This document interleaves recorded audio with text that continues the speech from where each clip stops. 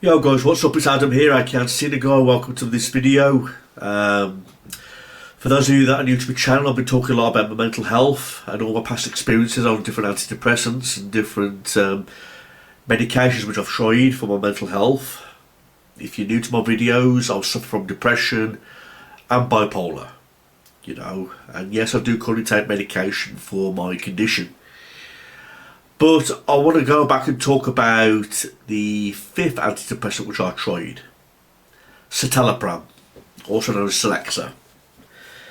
Now, Citalopram, like I said, was the fifth antidepressant that I tried. Before then, I tried escitalopram, sertraline, duloxetine, and fluoxetine. But after when I saw my doctor and told him that the fluoxetine was no longer working, he was running out of options and he was getting very concerned for me. And he says to me, Adam, I'm going to prescribe you one more antidepressant, but if this doesn't work, then I'm going to refer you to see a specialist. And hopefully he'll be the right one to get you the right medication and get you in the right direction that I needed for my recovery. But I was hitting low, rock bottom again, and I started to put on loads of weight again. And I was very depressed, very suicidal.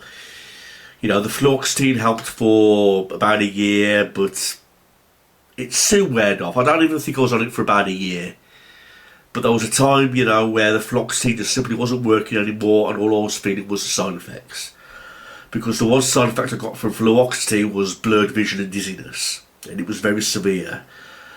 And it got up to the point where I just felt all the side effects, and I felt no effect from the feel-good feeling from the fluoxetine. So he prescribed me citalopram. Now, I can't understand why he prescribed me citalopram.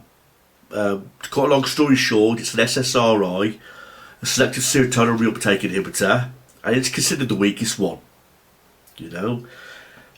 Despite it being the weakest one of the SSRIs, doctors still find it useful because if they're worried about activation or they're worried about patients getting reacted too quickly to certain side effects, and they're on other medications, and citalopram is usually the best one to prescribe. Now, I will admit, based on my experience, it is good for people who suffer from mild depression. It's handy for people who suffer from depression but don't suffer from depression all the time. Like if they experience it once or twice a week or a couple of hours, or mild depression. Then if you suffer from mild depression, but I do recommend citalopram because, like I said, it's the weakest SSRI and it's very useful for if you're on different medications, because apparently it mixes well with different antipsychotics and benzodiazepines and beta blockers and things like that. So it's not one of those activated, stimulated SSRIs like fluoxetine and the SNRIs like venlafaxine, duloxetine, and it's definitely not activated like mirtazapine because that's sedating. But citalopram has a huge dose range. It was a 10, 20, 40 and 60. I believe you can go up to 80, I think, but I never went above 40. Okay, but it was a wrong antidepressant for me to go on. I can't understand why I went on a strong SSRI like fluoxetine all the way down to a mild SSRI like citalopram. As citalopram, I never really felt anything from it until I got up to 40 milligrams. And it would help my symptoms for about an hour. And then an hour later, I would sink right into a depression again.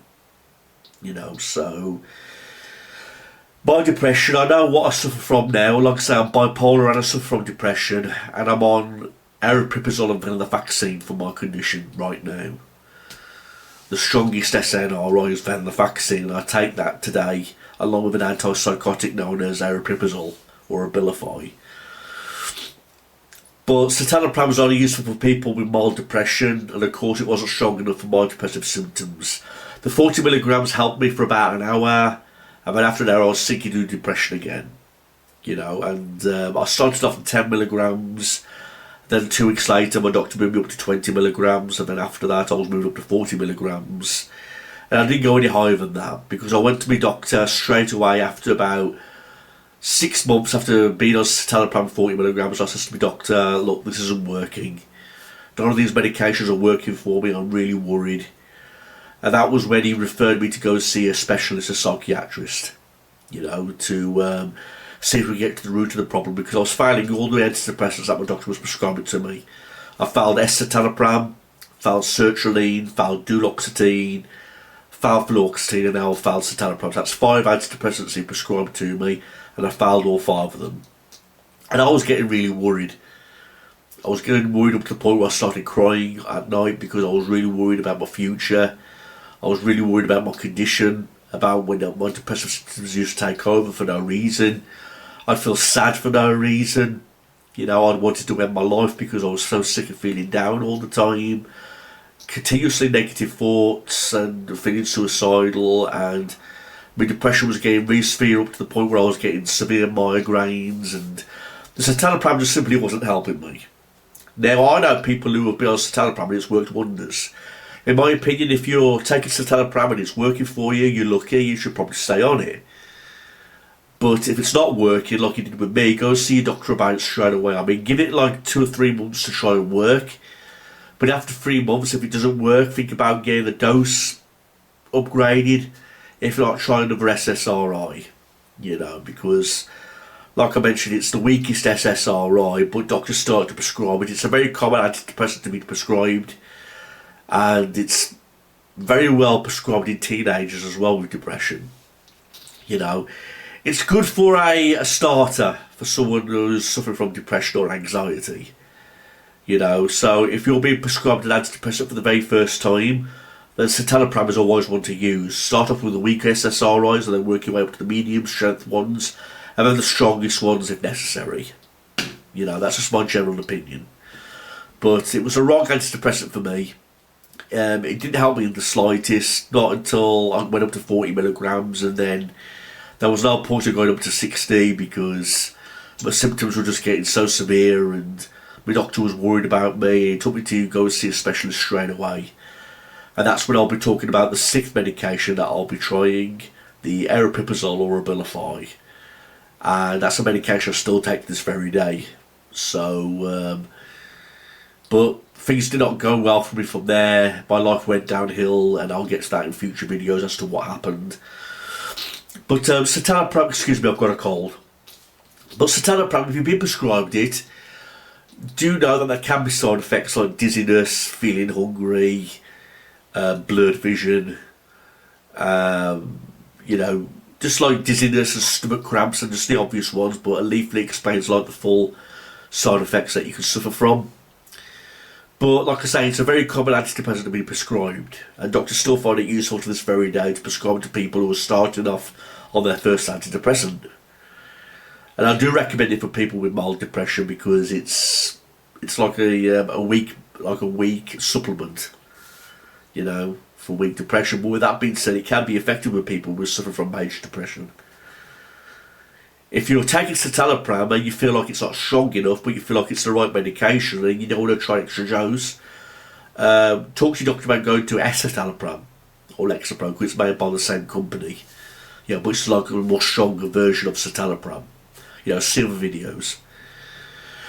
But good luck with citalopram, everybody. Like I say, give it 3 or 4 weeks for it to work, and if after 6 weeks you're still feeling depressed, talk about getting it changed or upgrading the dose. Sadly, it was a wrong one for me, and I wish I could get into more information about how useful citalopram is, but sadly it was a wrong one for me, and I shouldn't have been prescribed citalopram in the first place. I don't usually disagree with my doctor, because he was a good doctor and he cared for me since I was 5 years old. But to go from fluoxetine all the way down to citalopram, in my opinion, made no sense. But I guess he was trying whatever option he could have available to try and help me. So I'm glad I tried it, but at the same time, it was kind of a waste of time. But give citalopram a try, everybody, and I hope it works out for you. If you've got any questions or anything you want to ask me, feel free to leave them in the comment section below, and I'll do my best to get back in touch with you. That's my review on citalopram. Thanks for watching this, everybody. Get well soon, and remember, life's too short. Be happy. Thanks for watching. Peace out.